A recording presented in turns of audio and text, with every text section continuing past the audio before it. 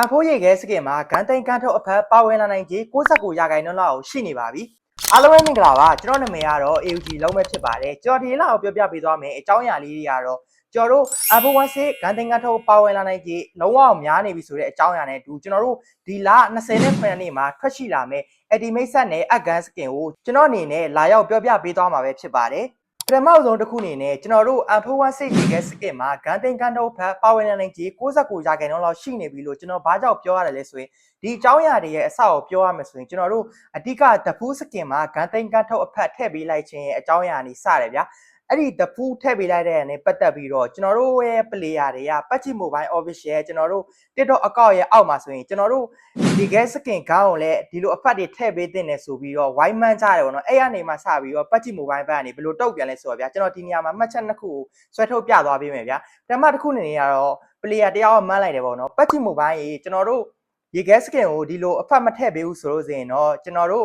ခုနှစ်တင်းတာဆော့ထားခဲ့တဲ့ game အကောင့်ကိုကျွန်တော်တို့ဖြတ်ထုတ်လိုက်မယ်ဆိုပြီးတော့ comment မှတ်ထားတယ်ပေါ့နော်အဲ့ဒီ comment ကိုပတ်ချီ mobile ဘက်ကနေပြီးတော့ rap တိုင်းပြန်လုပ်ပေးလိုက်တာပေါ့နော်ကျေးဇူးပြုရေးစောက်ပေးပါပေါ့နော်ကျွန်တော်တို့လှုပ်ဆောင်နေပါတယ်ဆိုပြီးတော့ပတ်ချီ mobile ဘက်ကနေ rap တိုင်းပြန်ခဲ့ပါတယ်နောက်ထပ်မှတ်ချက်တစ်ခုကတော့ please ကျေးဇူးပြုရေးပတ်ချီ mobile ကြီးကျွန်တော်တို့ရေခဲ skin ကိုလည်းဂန်တင်ကန်တော့အဖတ်ထည့်ပေးပါဆိုပြီးတော့တောင်းဆိုထားတဲ့သဘောမျိုးမှတ်ထားတယ်အဲ့ဒီ comment ကိုလည်းပတ်ချီ mobile ဘက်ကနေပြီးတော့ okay ငါတို့လှုပ်ဆောင်နေပါတယ်ခိတ္တဆောက်ပေးပါဆိုပြီးတော့ rap line ပြန်ခဲ့တာကျွန်တော်တို့မြင်တွေ့ရပါတယ်ဒီအကြောင်းအရာတွေကိုကြည့်ရမယ်ဆိုရင်ပတ်ချီ mobile ဘက်ကနေကျွန်တော်တို့မကြခင်မှာဆိုရင်ပတ်ချီ mobile နဲ့ကိုရေခဲ skin ဂန်တင်ကန်တော့အဖတ်ထည့်ပေးတော့မယ်ဆိုတာလုံးဝကိုသိကြနေပါပြီဘယ်အချိန်မှာဖြစ်လာနိုင်လဲဆိုလို့ဆိုရင်ဒီကြားထဲမှာကျွန်တော်တို့ update တစ်ခုလာကောင်းလာနိုင်တယ်ဗျအဓိက Aladdin event လာမှာဖြစ်တဲ့အတွက်ကျွန်တော်တို့ update တစ်ခုတော့လုပ်ရမယ်ကျွန်တော်တို့ Play Store မှာမလုပ်ရရင်တော့မှ game ထဲမှာကျွန်တော်တို့ update အသေးလေးတစ်ခုလုပ်ရင်လုပ်ရမယ်ဗျဒီကြားတွင်းမှာလာကောင်းလာနိုင်တယ်ဒါမဟုတ်လေကျွန်တော်တို့ update 4.3မှာဆိုရင် M416 ရေခဲ skin ထဲမှာကျွန်တော်တို့ gun တင်ကန်ထုတ်ဖက် power နိုင်ကြီးတော်တော်လေးကိုမှများနေပါပြီ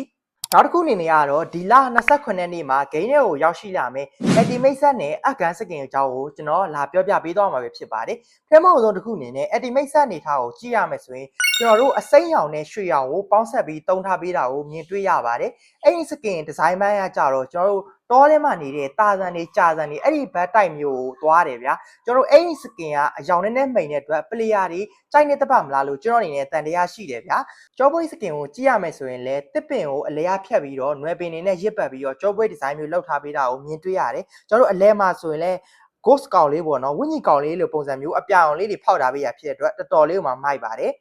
နောက်တစ်ခုအနေနဲ့ guider skin ကိုကြည့်ရမယ်ဆိုရင်လည်း guider ကျွန်တော်တို့တခြား dimension တစ်ခုတွေကနေပြီးတော့တစ်ပင်နွယ်ပင်တွေဖောက်ထွက်ပြီးတော့အဲ့ပေါ်မှာလမ်းလျှောက်ပြီးဆင်းရတဲ့ပုံစံမျိုးပြုတ်ထားပေးတယ်ကျွန်တော်တို့ glider ကြီးကတော့တော်တော်လေးကိုမှမိုက်ပါတယ်နောက်တစ်ခုအနေနဲ့ honey bug ကအကန် skin ကိုကြည့်ရမယ်ဆိုရင်လည်းကျွန်တော်တို့အပြာနုရောင်နဲ့ကျွန်တော်တို့အမဲရောင်ဘက်ကိုသွားထားတာကိုမြင်တွေ့ရပါတယ်ကျွန်တော်တို့ gun skin ရဲ့ clear fat တွေကိုကျွန်တော်တို့ကြည့်ရမယ်ဆိုရင်ကျွန်တော်တို့ဘုံပေါက်သွားလို့ဆိုလို့ရှိရင်တစ်ပင်အမြင့်ကြီးကအောက်ကနေထွက်ပြီးတော့အပေါ်ကနေဖွာဆောင်းတဲ့ပုံစံမျိုးထွက်လာတာဖြစ်တဲ့အတွက်မစိုးဘူးလို့ပြောလို့ရပါတယ်ကျွန်တော်တို့ clear fat နေထားကိုကြည့်ရမယ်ဆိုရင်လည်းနွယ်ပင်တွေတစ်ပင်တွေအပေါ်ထောင်တက်တယ်လို့မျိုးပုံစံမျိုးလုပ်ထားပေးတဲ့အတွက်မစိုးဘူးလို့တော့ပြောလို့ရပါတယ်နောက်တစ်ခုအနေနဲ့ K message အနေထားကိုကြည့်ရမယ်ဆိုရင်ကျွန်တော်တို့တစ်ပင်နွယ်ပင်တွေကိုအဓိကထုတ်ထားပေးတဲ့ဂန်ဖြစ်တဲ့အတွက်ကြောင့်မို့ကျွန်တော်တို့K message မှာဆိုလို့ရှိရင်ကျွန်တော်တို့နွယ်ပင်တွေရှေ့ပြီးတော့ပတ်ထားတဲ့ပုံစံမျိုးကိုမြင်တွေ့ရမှာပဲဖြစ်ပါတယ်ကျွန်တော်အနေနဲ့ K message ကိုတော့အရင်သဘောမကျဘူးဗျအဓိကတော့အယောင်မိုင်းဆိုင်ရအယောင်မိတ်နေတာကြောင့်အရင်သဘောမကျရခြင်းဖြစ်ပါတယ်ကျွန်တော်တို့ level 7 loot rate နေထားကိုကြည့်ရမယ်ဆိုရင်တင်းမြင့်အစုံကြီးကိုမှအဲ့ထဲမှာကျွန်တော်တို့မှော်ဝင်ဆက်ဝိုင်းပုံစံမျိုးကိုပြုလုပ်ထားပေးတာဖြစ်တဲ့အတွက်တော်တော်လေးကိုမှသဘောကျဖို့တော့ကောင်းပါတယ်နောက်တစ်ခုအနေနဲ့ဒီ gift spin ရဲ့ထူးခြားချက်ကိုကျွန်တော်အနေနဲ့ပြောရမယ်ဆိုရင်ကျွန်တော်တို့တခြား gift spin တွေမှာဆိုလို့ရှိရင်ပုံမှန်အားဖြင့် gift spin တစ်ခုလာပြီးဆိုရင်ကြာမြင့်ချိန်က29ရက်နေ့ကနေပြီးတော့ကျွန်တော်တို့30ရက်နေ့ထိကြာမြင့်ချိန်အဲ့လောက်ထိရှိတယ်ပေါ့နော်ဒီကိစ္စဆိုရင်ကျွန်တော်တို့23ရက်လောက်ထိပဲကျွန်တော်တို့ကြာမြင့်ချိန်ရှိပါမယ်။ဘာကြောင့်ဆိုရင်ကျွန်တော်တို့လာမဲ့ချိန်ကကျွန်တော်တစ်လပိုင်း29ရက်နေ့မှာလာမှာဖြစ်ပြီးတော့ကျွန်တော်တို့သူ့ပြီးဆုံးမဲ့ရက်ကတော့ကျွန်တော်တို့2လပိုင်း19ရက်နေ့ကြာရင်ကျွန်တော်တို့ပြီးဆုံးမှာပဲဖြစ်ပါတယ်20ရက်နေ့ကြာရင်တော့ကျွန်တော်တို့ M416 skin အစ်စ်လာမှာဖြစ်တဲ့အတွက်သူ့ကိုကျွန်တော်တို့စောစောလေးပေးပြီးလိုက်ရလို့ကျွန်တော်အနေနဲ့မြင်တယ်ဗျာပုံမှန်အားဖြင့်ကျွန်တော်တို့ gift set တွေက30ရက်29ရက်အလောက်ကြာမင်းအချိန်မှာဒီ gun skin ကိုဘာကြောင့်ပတ်ကြည့် mobile ဘက်24ရက်23ရက်အလောက်ပဲထားပေးတာလေတော့ကျွန်တော်တော့မသိဘူးပတ်ကြည့် mobile တော့သွားမေးရမှာပါဗျာโอเคကျွန်တော်အခုပြပေးသွားတယ် skin တွေပတ်ကြည့်နဲ့ပတ်သက်တဲ့အကြောင်းအရာတွေကိုသဘောကျတယ်ဆိုရင်ကျွန်တော်ကို comment မှာမှတ်ချက်ပြုခဲ့ပေးလို့ရပါတယ်အားလုံးပဲဗန်းမယ်ပါကျွန်တော်နောက်ဗီဒီယိုမှာပြန်တွေ့ကြမယ်